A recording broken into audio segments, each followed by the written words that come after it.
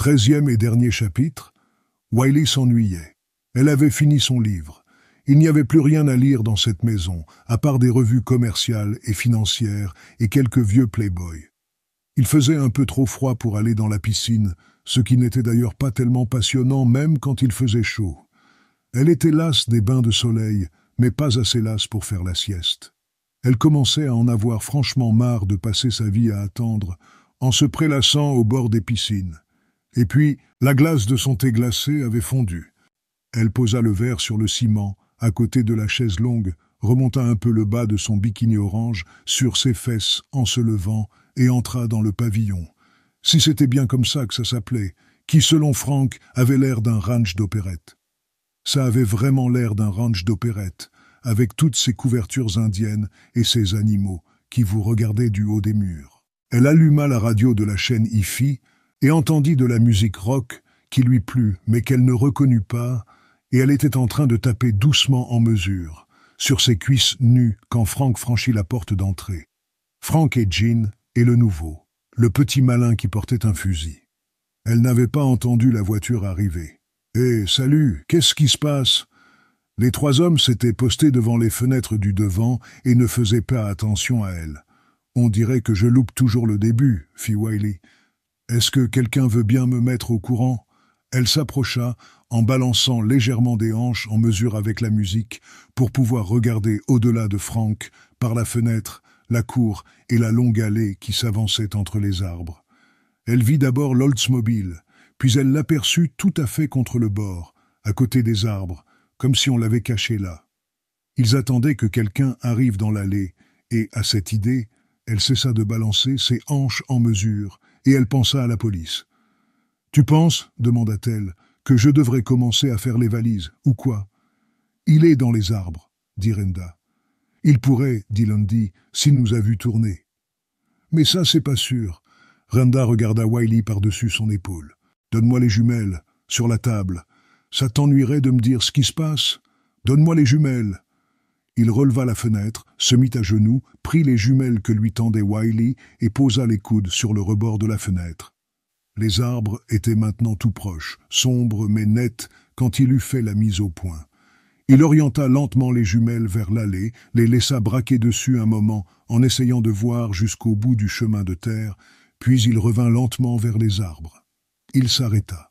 Dans les bois, debout près d'un arbre situé à 6 ou 7 mètres de l'allée, Majestic le tenait au bout de son canon. En même temps que la détonation, il y eut le fracas du verre brisé au-dessus de sa tête. Randa se jeta à 4 pattes sous le rebord. Il y eut un silence, puis la voix de l'homme dans les arbres qui criait « Finissons-en, Frank. Allez, j'ai du travail à faire. » Wiley regarda Frank s'éloigner de la fenêtre en rampant, se mettre debout, se tourner et s'adosser au mur. Elle s'attendait à ce qu'il hurle quelque chose au type, qu'il lui réponde, mais il n'en fit rien. Il la regardait avec une drôle d'expression, pensive et satisfaite. Il n'était pas vraiment heureux, mais détendu, quand il sortit un 45 automatique de sous sa veste. Elle ne savait toujours pas ce qui se passait. Majestic tendit la carabine à Nancy, prit le fusil et s'appuya contre un arbre quand il vit la porte s'ouvrir. Wiley sortit en bikini orange. Elle semblait à l'aise, même si elle regardait de tous les côtés, avec plus de curiosité que de peur. Elle traversa la pelouse et demanda « Où êtes-vous ?»« Ici », répondit Majestic.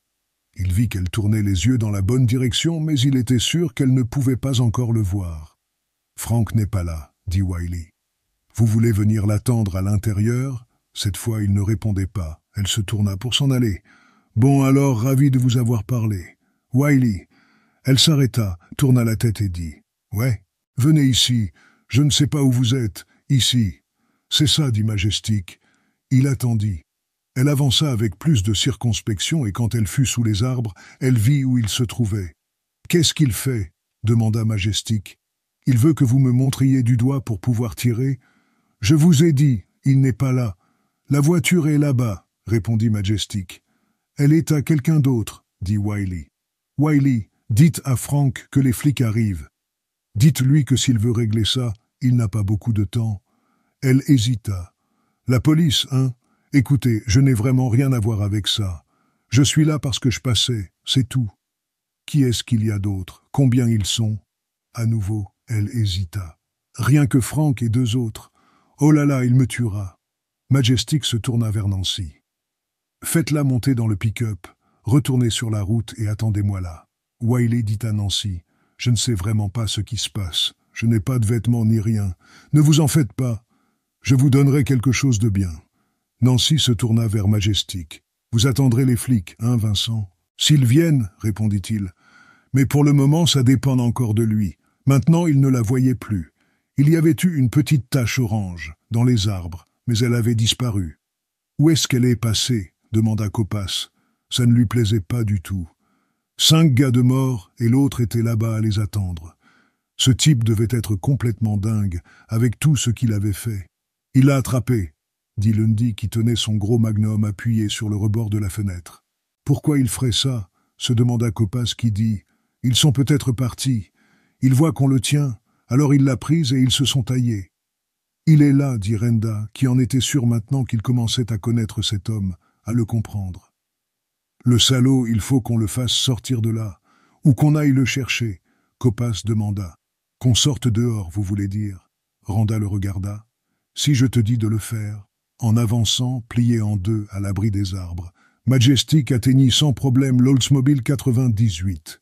Il ne fallait pas se tracasser pour ce qu'il avait à faire ensuite, mais si les autres le repéraient et tiraient, il lui faudrait reculer et trouver autre chose. Il ouvrit la portière avant droite, attendit un moment, puis se glissa la tête la première sur le siège et retira la clé de contact. En ressortant, il regarda le dossier du siège et les 2 trous à peine visibles qu'il avait fait en tirant. Juste un peu plus à gauche. Il regretta de ne pas avoir mis 2 secondes de plus. Ça lui aurait évité bien des ennuis. Il pouvait encore sortir de la maison, pendant qu'il faisait le tour dans les arbres pour atteindre l'arrière. Mais ça ne leur servirait plus à rien. Ils n'iraient nulle part, sinon à pied, et dans ce cas, ce serait encore plus facile. Il fit donc le tour, puis traversa et s'approcha du côté de la maison, où il n'y avait pas de fenêtre, et resta contre le mur pour arriver jusqu'au patio. Ça pouvait marcher parce qu'il ne devait pas l'attendre. S'approcher d'une fenêtre ou de la porte vitrée de la terrasse, introduire le fusil à pompe dans la pièce et attendre que quelqu'un se retourne. Il passa à côté de la chaise longue dans laquelle Wiley se trouvait un peu plus tôt, sans quitter la fenêtre des yeux. Même si, à cet instant, il avait regardé par terre, il n'aurait peut-être pas vu le verre de thé glacé, tellement il était près de la chaise. Quand il le vit, il l'avait déjà renversé. Il eut l'impression d'entendre une fenêtre se briser, et il ne vit que des éclats de verre et une tranche de citron sur le ciment mouillé. Renda se détourna de la fenêtre du devant. Il resta là un moment, en tenant le 45 le long de son corps et en tendant l'oreille. Puis il leva son arme et traversa la pièce en direction de la porte du patio. Lundy le suivit. Copas attendit. Il n'était pas sûr d'avoir envie d'aller là-bas. Il regarda Renda s'aplatir contre les panneaux vitrés pour regarder dehors, pour essayer de voir le long du mur extérieur de la maison. Copas savait qu'il lui faudrait ouvrir la porte et passer la tête dehors, s'il voulait voir quelque chose. Il se demanda si Renda allait ouvrir la porte, s'il allait sortir. Pour faire ça, bon sang, fallait pas avoir froid aux yeux.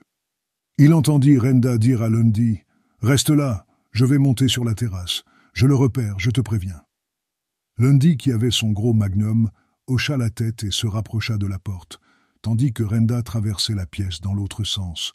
Copas ne savait toujours pas quoi faire. Par contre, il était sûr que ça ne lui plaisait pas d'être là avec ce type dehors, tout près, qui pouvait passer un fusil dans la pièce par la fenêtre, d'une minute à l'autre.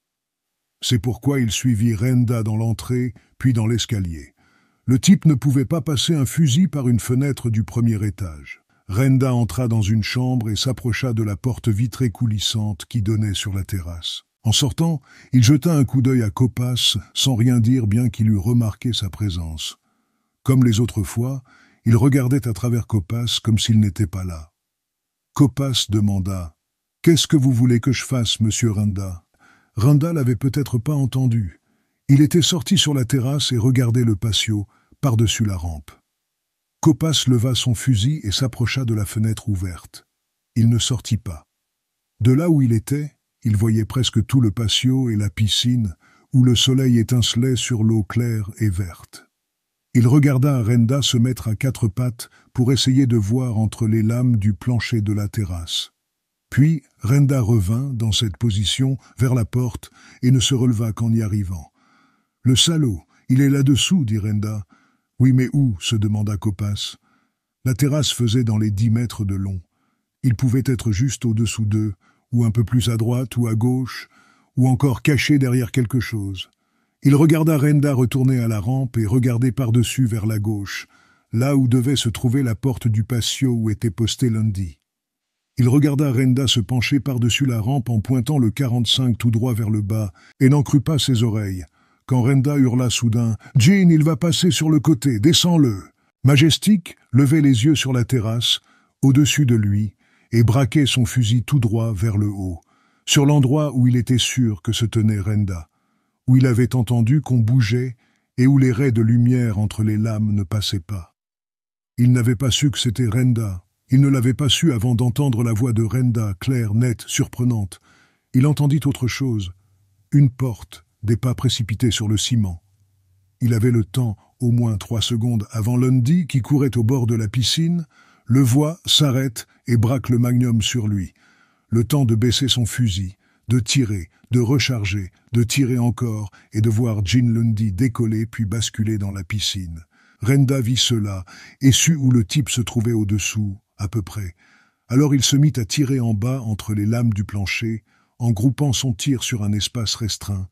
À moins d'1 mètre à sa gauche, il tira et tira, fendillant et creusant le bois teinté. Il tira jusqu'à ce que l'automatique soit vide. Alors il écouta. Quand le bruit de la fusillade cessa de résonner dans ses oreilles, il entendit, très faiblement, le son de la musique rock qui venait de la grande salle de séjour. Rien d'autre. Il entra dans la chambre pour recharger le 45 en écoutant encore, en surveillant le patio, il enleva le chargeur, le jeta, en sortit un autre de la poche de sa veste et le poussa dans la crosse avec la paume de la main. « Va jeter un coup d'œil, » dit Renda.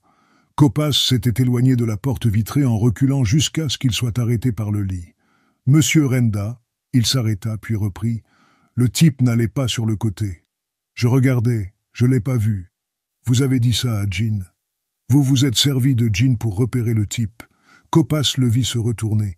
Il vit ses yeux qui, cette fois, ne regardaient pas à travers lui, mais étaient posés droit sur lui. « Descends, » dit Renda. « Regarde par la porte vitrée. S'il est étendu là, va dans le patio. S'il n'est pas étendu là, reste où tu es. »« Je m'excuse, » dit Copas. « Vous comprenez, je sais même pas ce que je fais là. Ce type-là, j'en ai rien à foutre. C'est vraiment pas mon affaire. Vous savez, je crois qu'il vaut mieux que je me taille. Il lui fallait se tirer, voilà tout. Il fallait qu'il sorte de là sans donner l'impression de fiche le camp parce qu'il avait la trouille. Je vais laisser l'étui au cas où vous en auriez besoin. » Ajouta-t-il en jetant le fusil sur le lit qu'il contourna pour gagner la porte. Renda dit « Bobby ». Copas ne s'arrêta pas. Il était presque arrivé à l'escalier quand Renda sortit dans le couloir. « Bobby !» Copas posait déjà la main sur la rampe. Au bas de l'escalier, il y avait la porte d'entrée ouverte et la lumière du soleil. Il n'entendit plus crier son nom. De toute façon, ça lui était égal. Ça lui était égal. Maintenant, si Renda pensait qu'il prenait la fuite. Sortir, c'est tout ce qui comptait. Il arriva au milieu de l'escalier. Renda lui tira dessus du haut des marches, le toucha en plein dans le dos 2 fois. Il abaissa le 45 et vit Copas étendu sur le ventre dans l'entrée, à moins d'1 mètre de la porte. Il entendit aussi la musique rock, un morceau instrumental assez lent, qui venait de la salle de séjour. Bon, eh bien, il descendrait lui-même, il traverserait le séjour pour s'approcher du patio, il regarderait dehors. Ou bien, il pouvait passer par la porte d'entrée et faire le tour. Si le gars était en vie, il ne saurait pas de quel côté il allait venir, il ne saurait pas où regarder. Sauf que, probablement, le gars était mort, ou au moins blessé. Il avait dû le toucher, alors ça n'avait pas d'importance. Renda descendit les marches en surveillant, sur la droite, le passage voûté qui menait au séjour. Il était en bas, dans l'entrée, et s'apprêtait à enjamber le cadavre de Copas, quand la musique rock s'arrêta. Elle s'arrêta brusquement, au milieu d'un morceau. Renda attendit. Il n'y avait aucun bruit dans la pièce. Les têtes d'animaux regardaient en silence. Regardaient quoi? Où pouvait-il être? Derrière quelque chose, De là où il se tenait, Renda ne pouvait voir qu'une partie de la pièce, les fenêtres le long du mur devant. Pour voir le reste, il lui faudrait passer sous la voûte, sans savoir où le type se trouvait. Il ne lui était jamais arrivé de faire ça. Entrer alors que le type savait qu'il arrivait. Le type qui l'attendait avec un fusil. Il y avait un fusil là-haut. Seulement s'il remontait, le type pourrait se mettre ailleurs et il ne saurait pas où. Seulement la pièce était grande.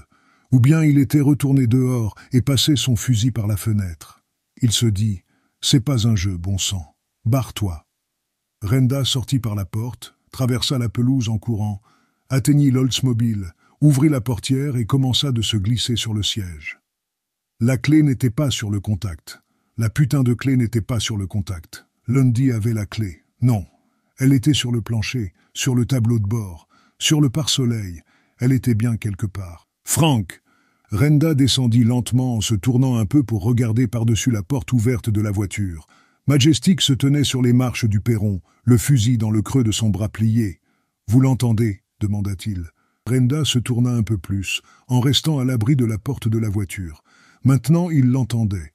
Le son encore lointain d'une sirène de police. Majestic attendait. Derrière la porte, sous le rebord de la vitre, Renda fit passer le 45 dans sa main gauche. Il savait qu'il pouvait le faire, descendre le type avant qu'il ait bougé. Le garçon de ferme qui se tenait là sans se rendre compte que c'était terminé. Il dit « Vous voulez y réfléchir ?» Majestic secoua la tête. « Votre dernière chance, Frank !»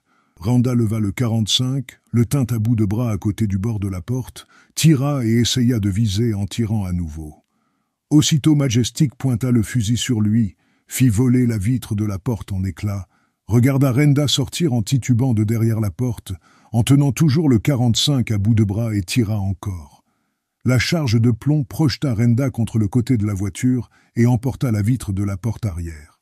Renda tomba à genoux, resta un moment dans cette position, puis s'écroula sur le ventre. Majestic était assis sur les marches du perron avec le fusil en travers des genoux.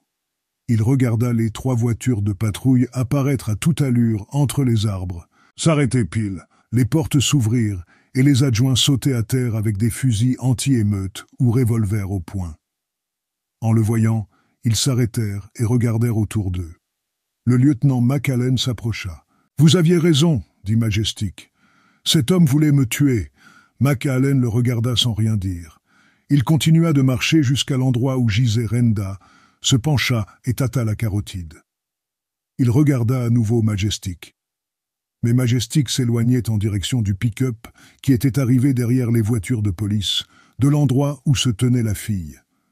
McAllen le regarda poser la main sur l'épaule de la fille en ouvrant la portière et il l'entendit dire « En rentrant, on passera prendre 2 lots de 6 boîtes de bière, d'accord ?»